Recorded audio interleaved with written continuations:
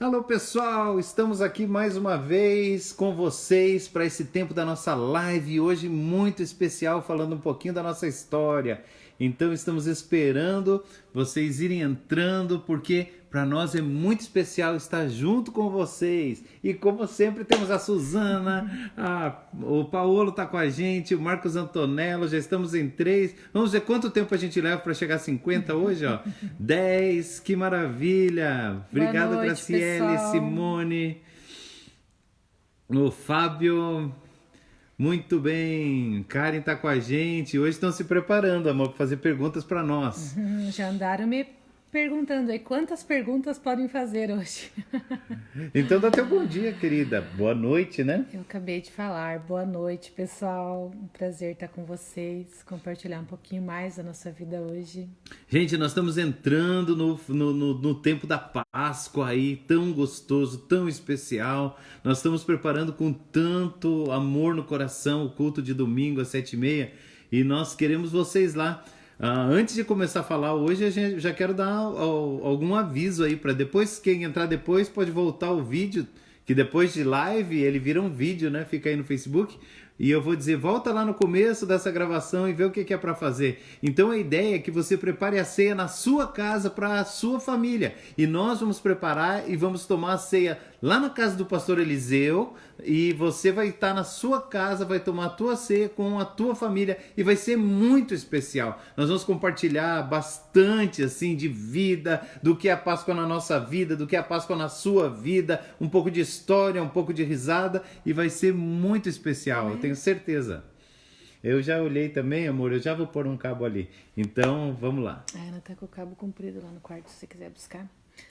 Então, eu acho que o momento da Páscoa vai ser mesmo uma noite bem especial. Eu quero incentivar vocês a preparar aí a sua ceia, ter uma comidinha. A gente deu uma olhadinha esses dias nas fotos que o pessoal postou do culto do domingo passado e do outro domingo. A maioria estava lá jantando na mesa e assistindo o culto, né? Ou tomando um chimarrão, ou...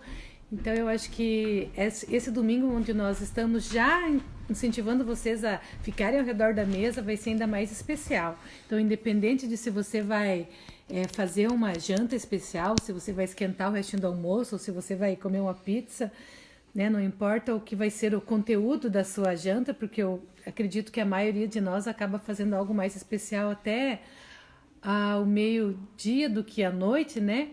Mas mesmo assim, faça com que seja um tempo gostoso em família no domingo à noite para a gente passar esse tempo de Páscoa juntos. Então, nós ficamos aguardando vocês no domingo. Hoje nós vamos falar uma coisa muito legal, que é sobre como nós somos as cartas vivas de Deus para ser lido pelas pessoas nesse tempo. Jesus, os discípulos disseram uma vez para ele, mostra-nos o Pai, e isso nos basta. E Jesus disse, vocês estão há tanto tempo comigo e ainda não me têm conhecido? Quem vê a mim, vê ao Pai. Assim como a Bíblia diz que Jesus era Deus que se fez conhecido, hoje nós, eu e você, somos aqueles que as pessoas vão ler. Naquela época, Jesus estava na terra, Deus... A Bíblia diz em João 1, ninguém jamais viu a Deus, o Filho unigênito de Deus, que estava no seio do Pai, este o fez conhecer. Então Jesus na terra fez Deus conhecido. Hoje eu e você na terra estamos aqui para que muitas pessoas possam conhecer verdadeiramente a Jesus, a Deus, e eles vão ler quem? Eles vão ler a gente. E é aí que nós precisamos estar prontos para manifestar mesmo a glória de Deus. Vou fechar aquela porta. É isso aí, todos nós temos uma história, né? Que nós começamos uns há muito tempo, outros estão começando agora com Jesus. E muito mais importante do que as nossas palavras, né? A nossa vida, a maneira como nós fazemos com que a palavra se torne em ação no nosso dia a dia. E alguns têm uma longa história, outros têm uma história curta. Nós estamos há vários anos andando com o Senhor e sobre isso que a gente quer compartilhar um pouquinho hoje. Débora, quer começar, meu amor? Contar um pouquinho de onde você veio, como foi, como você chegou em Jesus. Então, a gente vai tentar resumir, para que a gente possa aproveitar bem o nosso tempo e contar bastante coisa. Mas assim, eu desde criança minha mãe participou da igreja, desde que eu, né, me entendi por uma pessoa. Quando eu era bebê não, mas na Igreja Batista nós participamos há muitos anos, fomos muito abençoados lá e eu lembro assim que a idade onde eu fiz, né, um compromisso, fiz uma aliança com Deus, entreguei a minha vida foi mais ou menos com 10 anos. Eu fui batizada aos 11 anos, eu creio que naquele tempo eu tinha um entendimento pequeno ainda, né? Mas o Senhor valoriza os nossos pequenos começos, valoriza o coração de uma criança entregando a sua vida ao Senhor. Batizou você?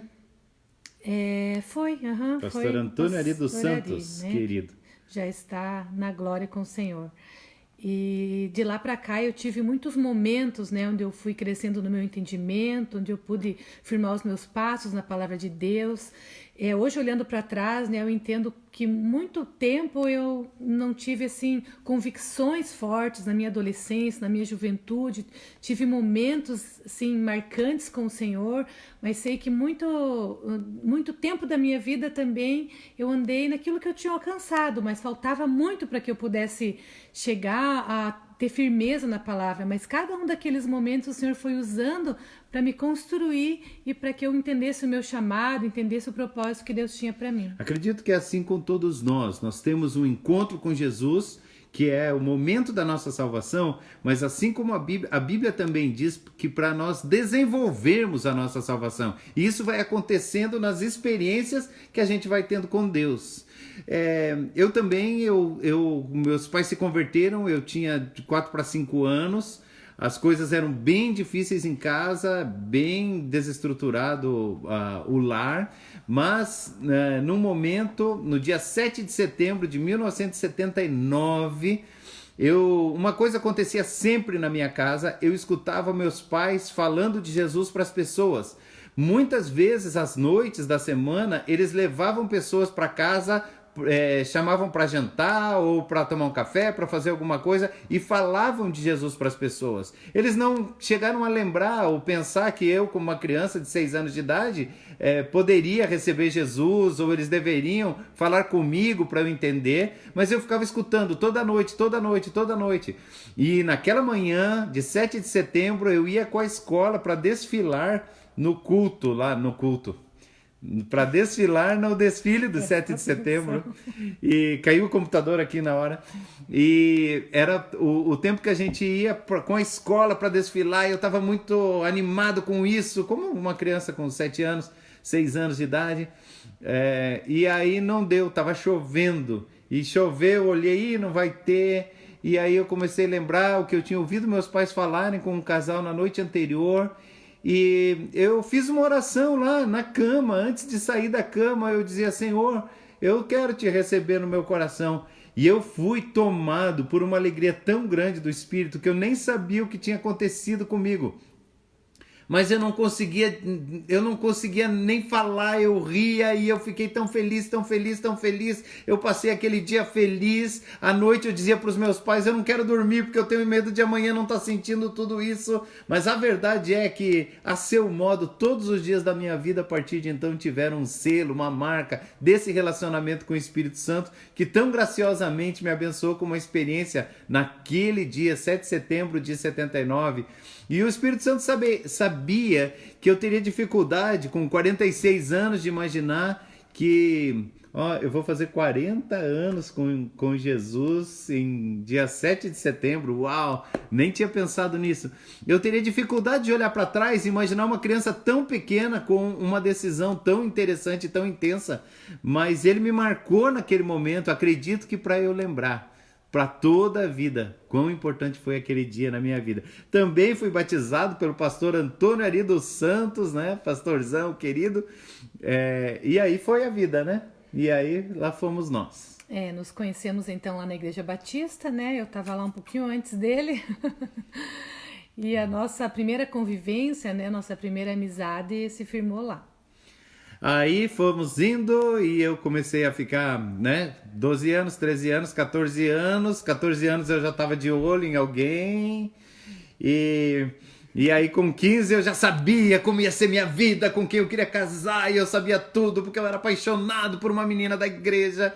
E aí os pais dela só deixavam a gente namorar quando ela fizesse 15 anos. Fiquei com tanta expectativa por aquela festa, mas bem no dia da festa de 15 anos, a Mari, que volta e meia tá aí na nossa live, daqui a pouco ela vai assistir, vai dar risada. Que é a tia do Ju. Que é minha tia. Casou no dia que ela fez 15 anos. Eu tive que ir para Curitiba. Esperei um ano por aquela noite especial e fui para Curitiba pro casamento. Mas depois que eu cheguei, aí a gente ficou bem pertinho e começamos a nos relacionar. Então ela tinha 15 e eu tinha feito 16 há pouco.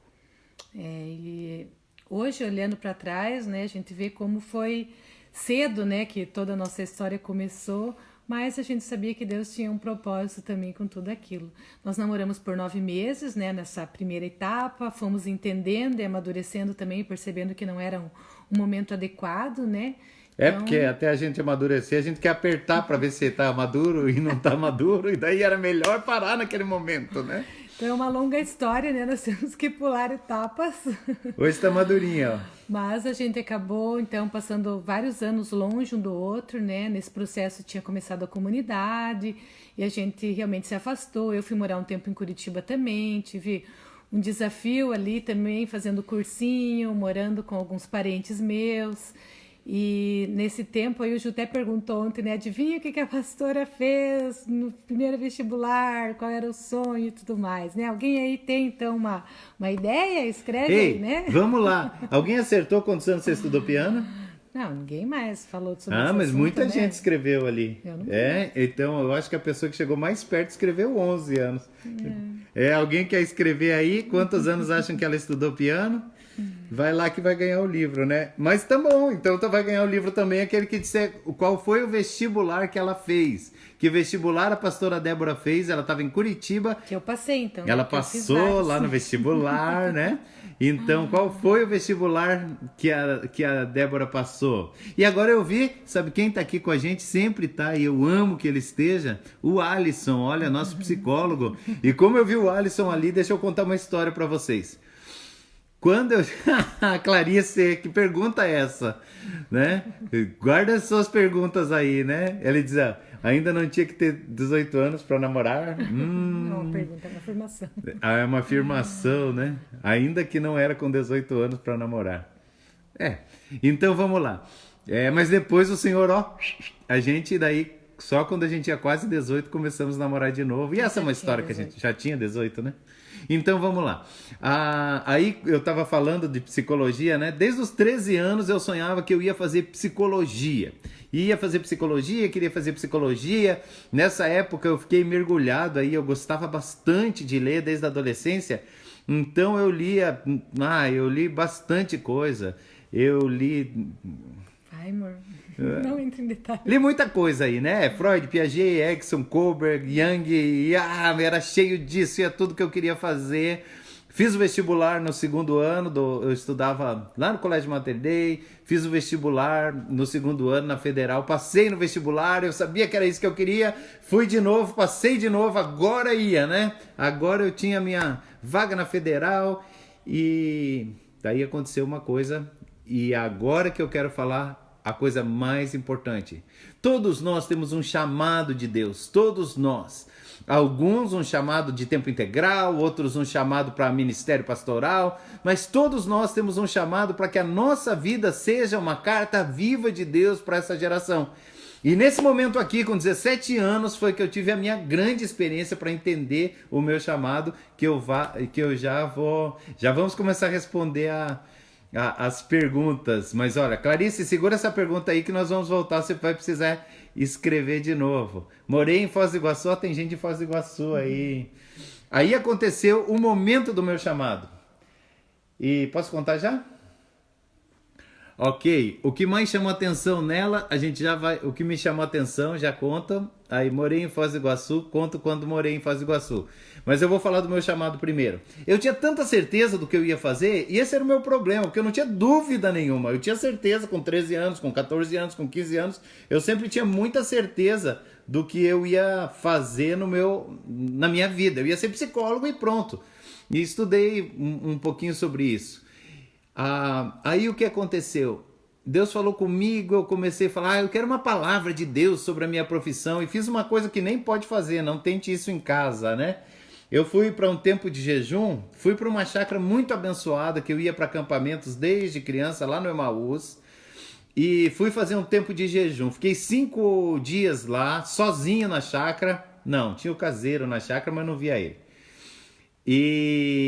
E aí eu fiquei aqueles 5 dias lá. Naqueles 5 dias eu não bebi nada e nem comi nada. Nem tomei água, nem coloquei nada dentro da minha boca. E podia ter feito uma bela encrenca com o meu rim e tudo, e Deus teve misericórdia da minha vida. Mas a verdade é que naquele dia Deus me deu uma palavra. Isaías 55. Vinde a mim, vós que tendes sede. Vós que tendes sede, comprai e comei, sem dinheiro e sem preço. Por que você gasta o seu suor naquilo que não é pão e o seu trabalho naquilo que não pode satisfazer? Agora preste atenção, eu não estou dizendo que psicologia não é pão ou o que é. Na minha vida, em relação ao meu chamado, aquilo não era o centro que era para ser o centro da minha vida. E hoje eu sou o seu pastor, amo vocês, amo o que eu faço, amo a minha vida, e o Senhor alinhou a nossa vida, mas teve o dia que eu tive que deixar o sonho de toda a vida pelo chamado. Meu amor, antes de você falar um pouquinho, é melhor a gente começar a responder as perguntas deles, né? Então vamos lá. O que chamou atenção um no outro quando se conheceram? Eu nem dei, né? A gente se conheceu assim, viveu, apareceu junto. Nem lembro quando eu conhecia a Débora, mas depois foi o sorriso dela, foram os olhos dela, foi o jeito dela se comportar, foi a palavra dela, foi a seriedade dela. E eu não sei, eu fiquei tão apaixonado por tanta coisa que eu tenho dificuldade de elencar qual que é mais me chamou a atenção. O Ju era um rapaz muito interessante também, muito gentil, muito atencioso, né? Acho que essas coisas na época foram importantes para mim. Muito obrigado por essa pergunta, Clarice. Voltamos no tempo. Olá, morou aqui em Foz do Iguaçu. Assim que nós casamos, não vai dar tempo de contar hoje, mas aí nós casamos e 1 ano depois de nós casarmos, nós quebramos a empresa que a gente tinha. E aí, de novo, o Senhor nos lembrou por que isso aconteceu, porque nós tínhamos um chamado e nós fomos para Foz do Iguaçu e ficamos 1 ano ali na AMID, né, com o pastor Cleverson, fazendo seminário, né? Fazendo seminário na Associação Missionária, Integração e Discipulado. Isso, lá na AMID. Ficamos 1 ano. O pastor Sérgio e a Cris, né? O Sérgio, a Cris, mas agora quem está lá é o pastor Cleverson. Sim. E que legal. Vamos lá, alguém mais põe o dedo na perguntou? Opa, tô pondo o dedo na câmera pro outro lado aqui. Vocês namoraram outras pessoas no tempo longe? Acho que não pode considerar namoro. Eu tive assim uns namoricos, mas nada muito importante, nem de longa data. Dei uma olhada, né? Eu quiseram arrumar umas namoradas para mim nesse tempo, mas realmente eu não consegui nem chegar perto de ninguém, porque eu nunca deixei de ficar apaixonado pela Débora. Quando o Senhor falou que era pra gente terminar, eu tive crises, eu desmaiei, não comi, tive vômitos, diarreias. Foi bem tenso. Tive sempre tenso e intenso, né? E depois fiquei lá chorando pelos cantos aqueles 3 anos, mas depois foi muito bom. Mostra uma primeira foto. Ó, nós lá, nessa época aí, ó. Um pouco antes de casar, né? Um pouco antes de casar. Tínhamos uns 19 anos, eu, 20 e Ju. Nossa fotinha aqui, olha que bonitinho, né? Hoje a gente tá mais bonito, mas então, nessa época a gente já era, né? Esse ano que passou, nós fizemos 25 anos de casado, né? Alguns... Vai mostrando as fotos enquanto eu falo, né? Alguns acompanharam e nós fizemos uma viagenzinha lá para Gramado, né? Para comemorar nossos 25 anos de casado.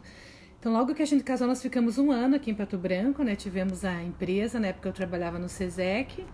E nós já tínhamos, então, esse chamado, né? O Senhor confirmou essa palavra que ele tinha... Vai mostrando as fotos, Marcos? Sim, amor. O Senhor confirmou esse chamado que ele tinha dado para o Ju, para mim também, quando eu estava estudando em Curitiba. Então, como ninguém tentou adivinhar ali, o meu sonho era fazer psicologia, mas eu acabei fazendo vestibular de artes plásticas na Federal também, que era meu sonho, sempre amei desenho, pintura, né? E todas essas coisas mais de artes. Mas olha o vestido esvoaçante. Olha essa ombreira, minha gente. 3 cabeças, uma cada ombro, né? E uma em cima do pescoço. Olha lá. Tcharam! Essa é minha irmã, né? A maioria de vocês conhece. A Sil, que a gente gosta um monte. Na época ela era solteira, ela casou um ano depois que eu. Ó que legal, ó. Esse espelho que tá atrás delas aí, gente, é esse aqui que tá aqui do nosso lado. Ó, tcharam! Acabei de ver os aproveitamentos aqui da vida. Vamos lá, amor. Vai. Então, aí nós tivemos a mesma palavra, né, sobre o nosso chamado que está em Isaías 55. Eu sempre dizia pro Senhor, né, se o Ju tem esse chamado, né, porque a gente namorava... Ela não sabia o texto que Deus tinha dado para mim. Eu quero entender também esse chamado e tal, e num tempo que eu estava orando lá em Curitiba, né, na época que eu estava fazendo cursinho ainda, eu pedi que o Senhor falasse comigo, né, e que o Senhor então me desse esse mesmo texto, essa mesma palavra que o Ju dizia que já tinha dito para mim algumas vezes que ele tinha uma palavra, mas ele não tinha comentado qual era, porque fazia pouco tempo que nós tínhamos recomeçado, né, o nosso relacionamento. Então o Senhor me levou lá na palavra para Isaías 55, logo uns dias depois eu voltei para Pato Branco e nós sentamos para conversar, né, e decidir o que nós íamos fazer da vida, e eu falei, qual é o texto, né? Então nesse dia que ele falou para mim, Isaías 55 me mostrou, eu tive convicção de que eu devia abandonar, então, né, na época os meus estudos em Curitiba e voltar para cá e nós recomeçar dois ocupamos uma vaga na Federal por um dia. Eu fui na aula inaugural e nem cheguei a entrar lá, eu fiquei emocionado, fui embora, mas tudo bem. Nós dois passamos então no vestibular na Federal, mas nenhum de nós dois cursou. Um dia ela me perguntou assim, o que essa palavra aqui significa para você? E me deu um texto aberto em Isaías 55.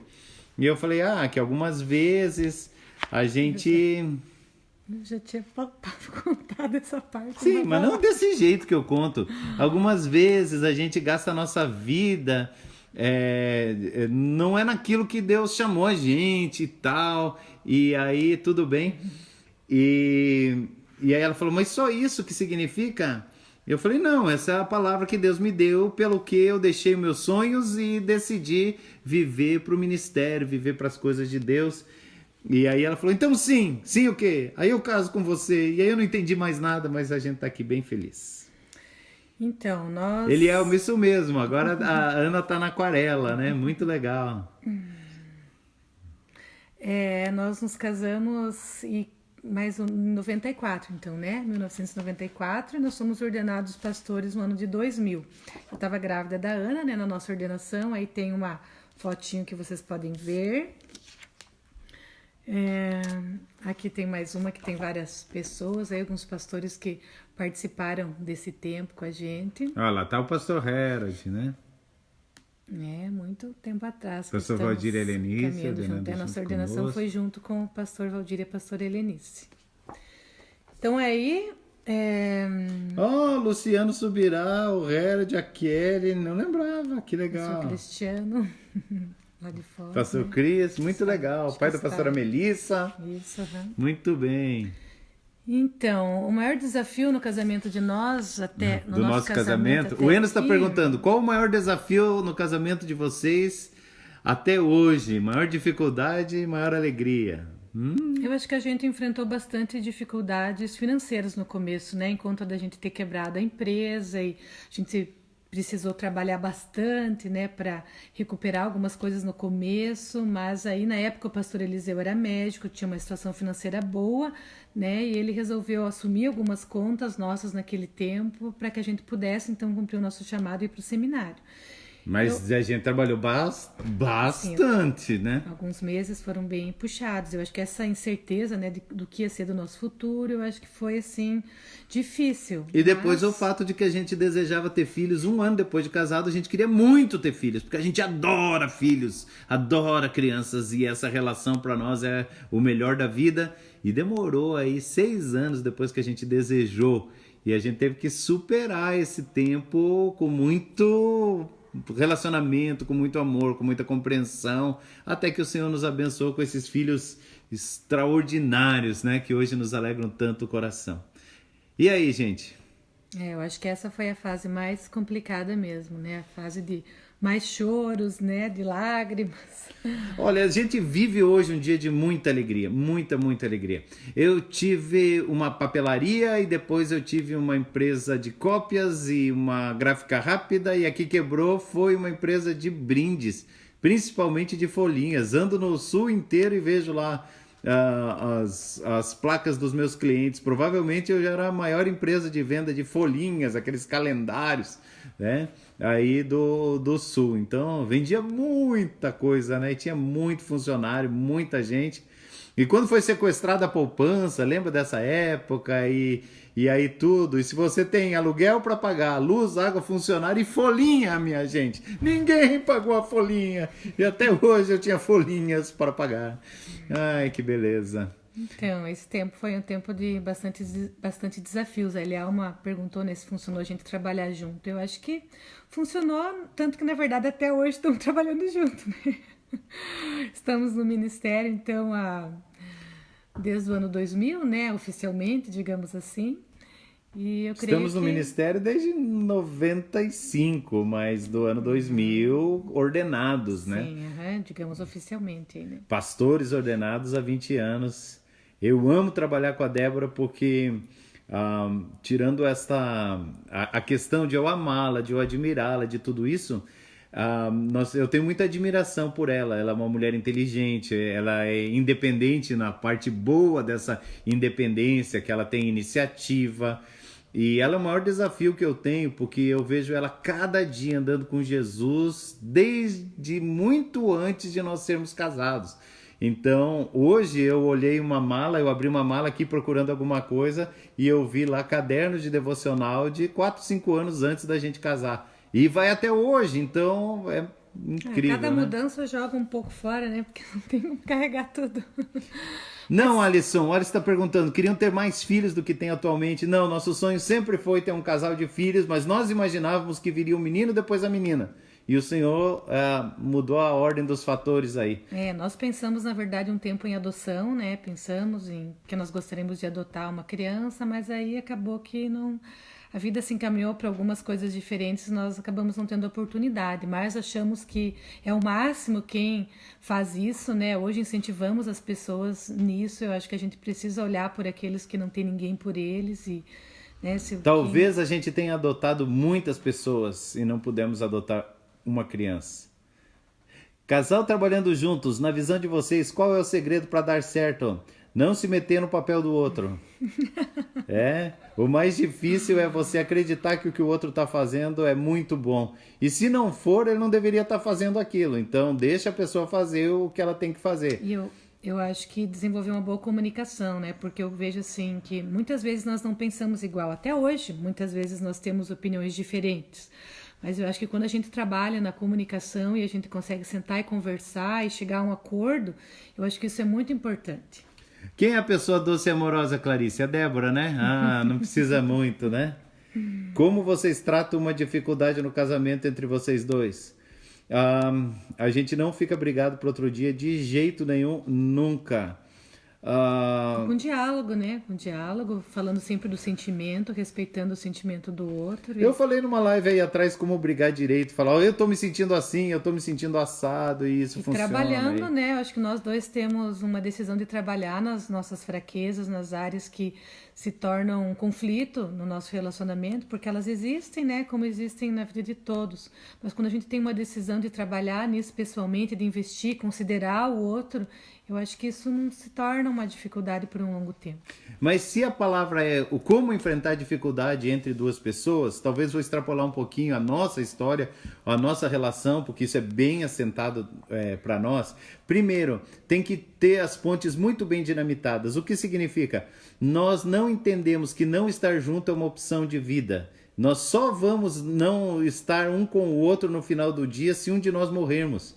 Então, não tem um lugar para correr. Hoje em dia as pessoas acham que talvez não dê, e aí começam a deixar o coração vagar por aí, e isso acaba sendo um tremendo instrumento nas mãos do diabo. Então, para nós não tem. A Bíblia diz que Deus odeia o divórcio e nós odiamos tudo que Deus odeia. Se Deus odeia o divórcio, não faz nenhum sentido para nós nem pensar em não estar do lado um do outro. Eu não sei se eu decidi assim ou se simplesmente é uma constatação, mas para mim, a minha mulher é a mulher mais sensacional esse universo, mais meiga mesmo, como diz a Clarice, mais doce, mais... eu vejo outras mulheres que circunstancialmente fazem alguma coisa melhor do que o que ela faz, mas no conjunto da obra ninguém se compara. Então eu não sei como é que é enfrentar as coisas, porque não tem outra pessoa na Terra casada com a melhor mulher do mundo. Talvez esse sentimento me faça trabalhar melhor, né? Vou ficar esperto. Mas ainda assim, me amando desse jeito, gente, ele ainda às vezes faz cara feia pra mim, né?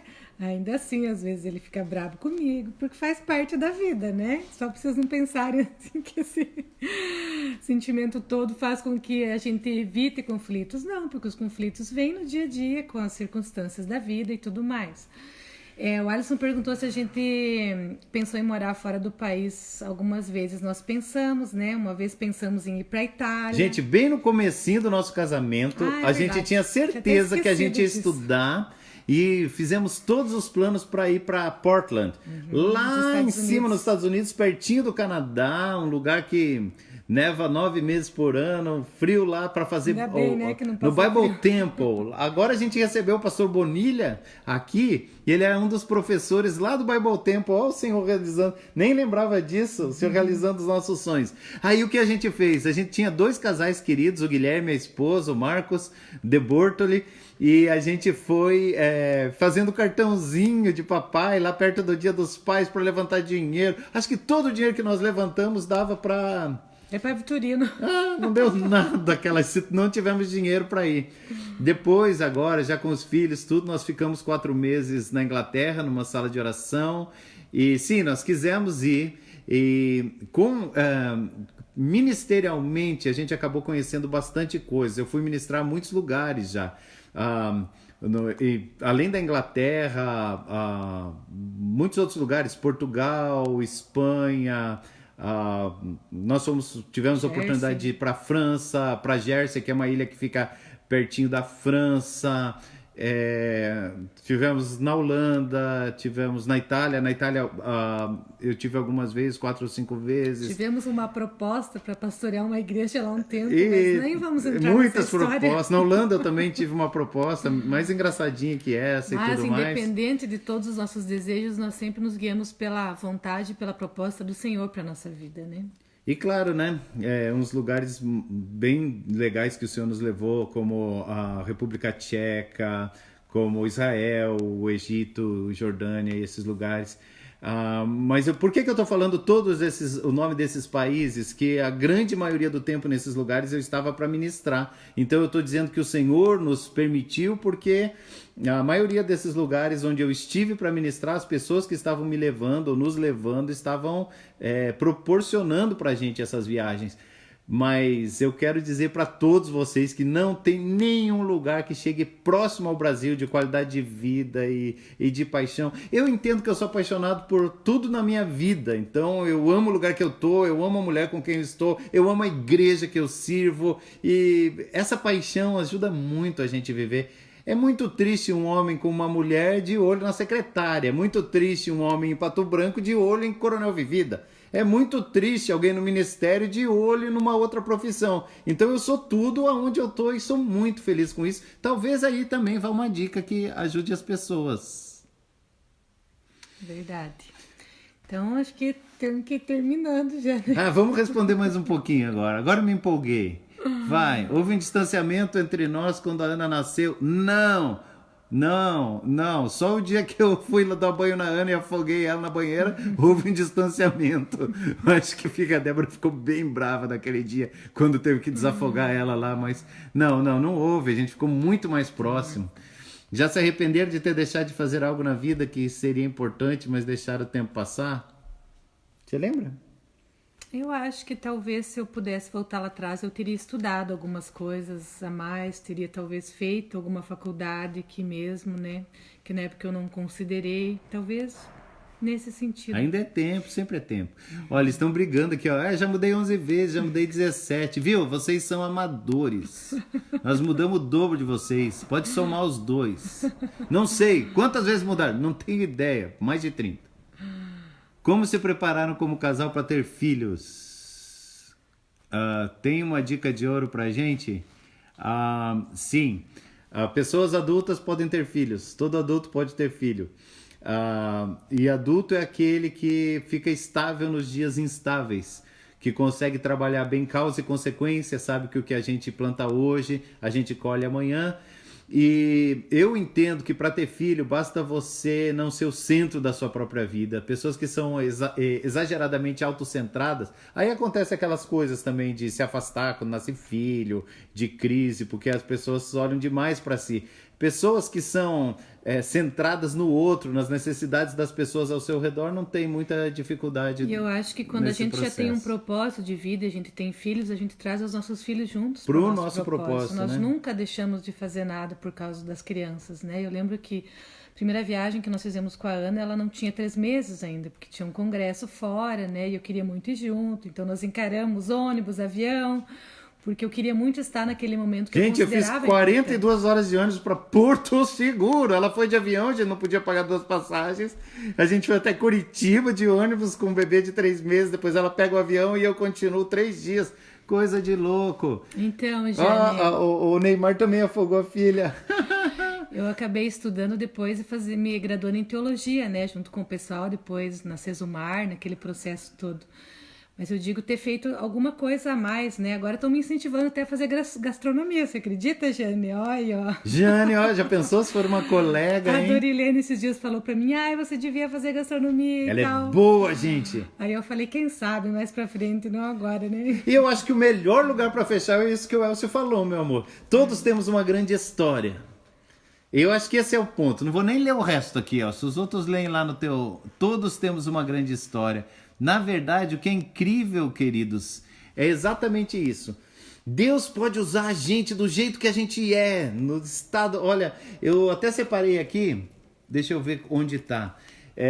Eu separei 2 textos, 2 Coríntios 3:2 e 2 Coríntios 7, mas eu vou ficar só no 2 Coríntios 3:2, diz assim, vós sois nossa carta, Paulo falando, né? Escrita em nosso coração, conhecida e lida por todos os homens. Nós somos uma carta viva. Nós podemos, com a nossa história, com o pouco que nós temos, o impacto que Jesus operou em mim, operou na Dé, isso é que faz com que as pessoas possam amar Jesus quando nos conhecem. E essa carta, ela não é escrita com tinta, ela é escrita pelo Espírito de Deus. Dentro de você tem um poder, a Bíblia chama de dunamis, que é a mesma raiz de dinamite, e ele vem para fora e nós podemos viver muito intensamente. E o nosso convite para você é: creia que o que tem dentro de você, a tua história, pode ser sensacional para transformar as vidas, para levar vidas a conhecer e andar com Jesus intensamente.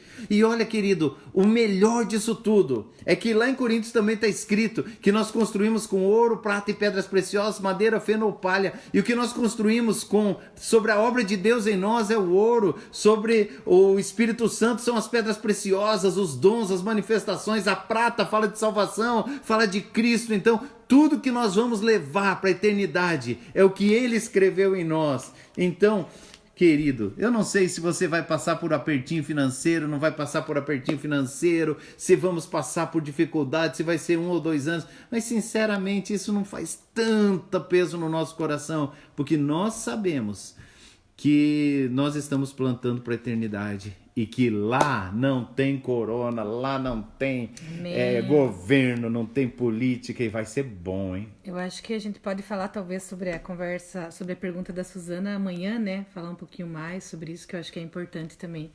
Mas eu queria terminar falando uma coisa, né? Que tem uma fotinha nossa ali, mostra, Ju, da nossa lua de mel, né? Nós fomos para Búzios, pensando que ia participar de uma praia linda, de um sol lindo, e choveu e ficou quase todo o tempo frio, né?